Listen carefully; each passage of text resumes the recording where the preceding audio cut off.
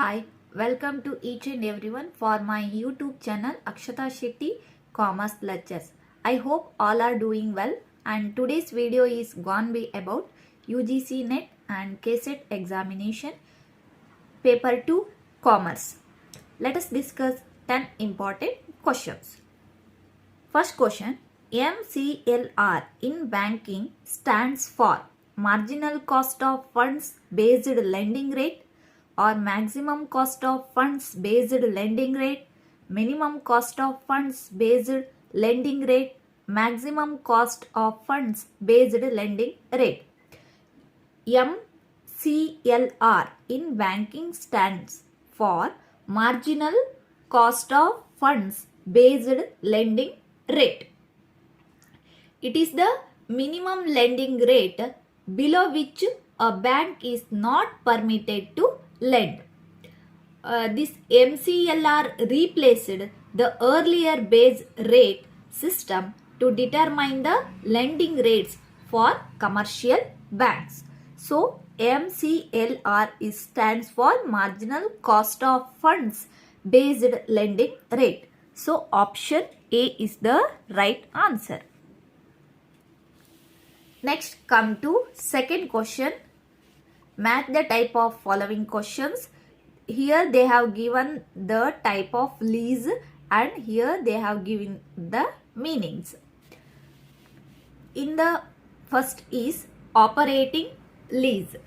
Operating lease means the lease for a time shorter than the economic life of assets.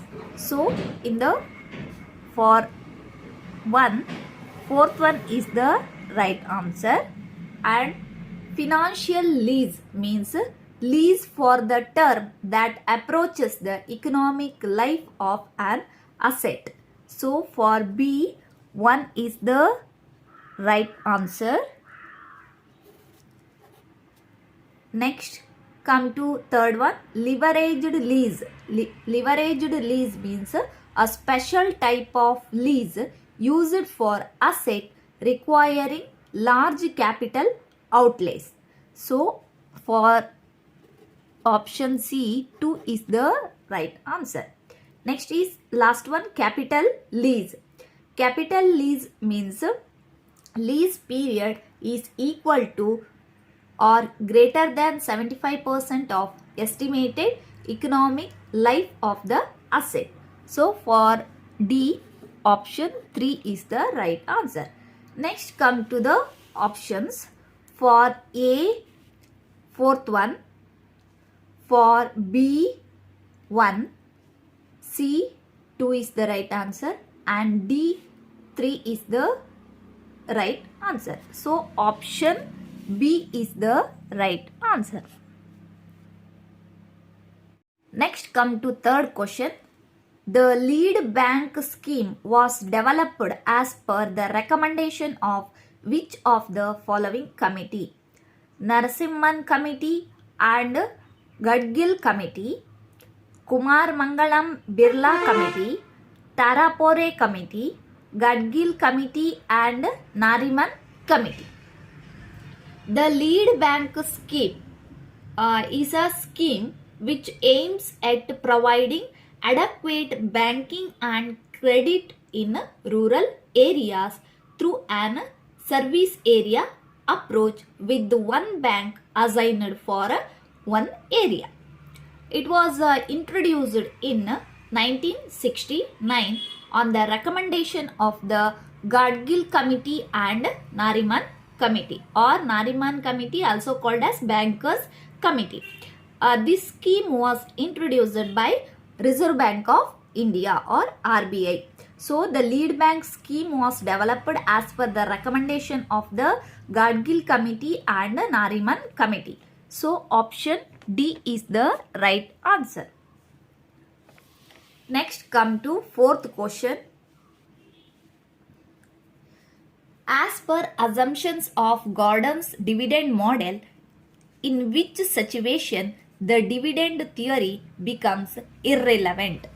When the retention ratio declines, when the rate of return is equal to the cost of capital, when the dividend payout ratio is 0%, when the rate is higher than the cost of capital. As per the assumptions of the Gordon's dividend model, when the risk is equal to cost of capital, shows that the dividend policy is irrelevant. The shareholders neither gain nor loss by any changes made in the dividend policy of the company, and the market value of the shares remain unchanged. So when the rate of return is equal to the cost of capital, in Gordon's model it is irrelevant. The dividend theory becomes irrelevant. So option B is the right answer. Next, come to fifth question. Under which of the following method of underwriting the underwriters from syndicate for the purpose of underwriting? Standing behind the issue, override purchase, outright sale, consortium method. Standing here, the standing behind the issue under this method, the underwriter guarantees the sale of a specified number of shares with a specified period.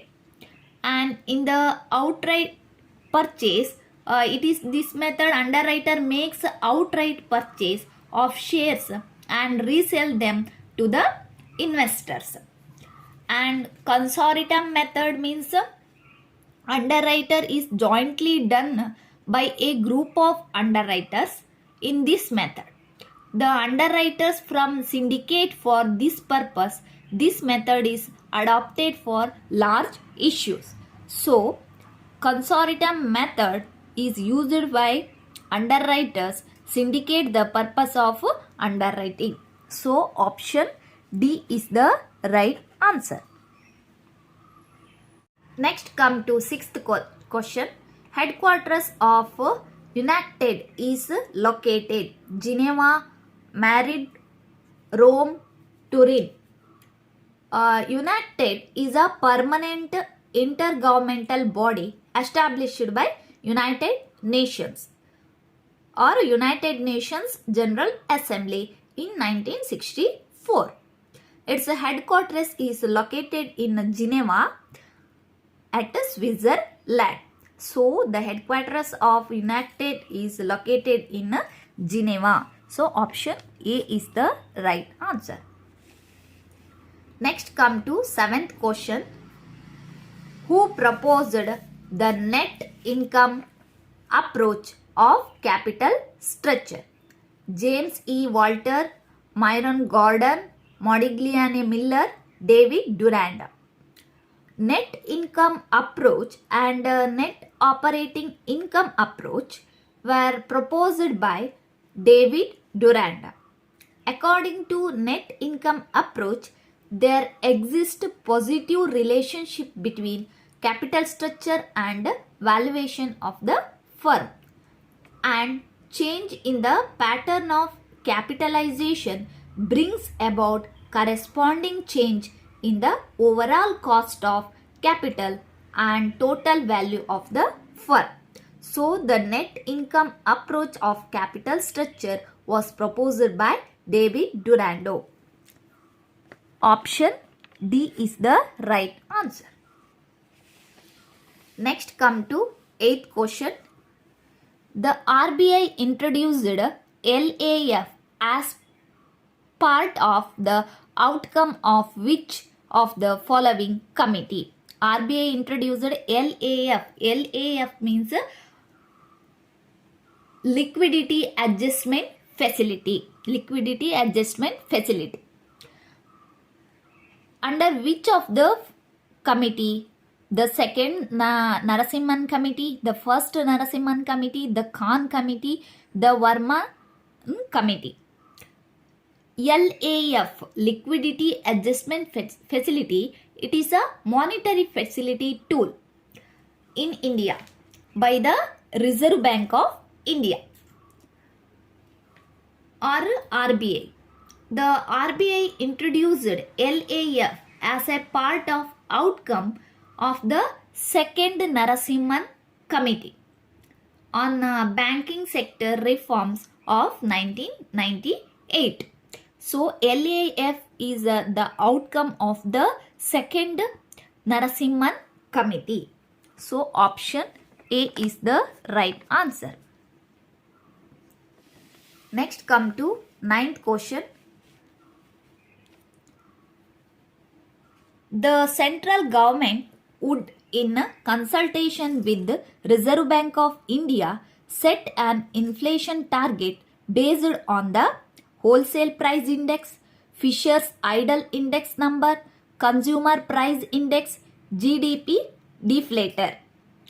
The central government would, in consultation with the RBI or Reserve Bank of India, to set an inflation target based on the CPI. CPI means Consumer Price Index. Once every 5 years. So, the inflation target based on the Consumer Price Index or CPI. Option C is the right answer. Next come to 10th question. Which of the following income exempted under income from other sources? Collected pension on someone who is deceased, PPF and EPF amount after maturity, money from online tax shows, interest on FD. Question is that which of the following income exempted under income from other sources? PPF and EPF amount after maturity is exempt from tax and must be declared as exempt from the income from other sources. So option B is the right answer. Okay guys, this is for today. If you like my video, don't forget to subscribe my channel. We will meet again with another topic. Till stay safe, stay happy.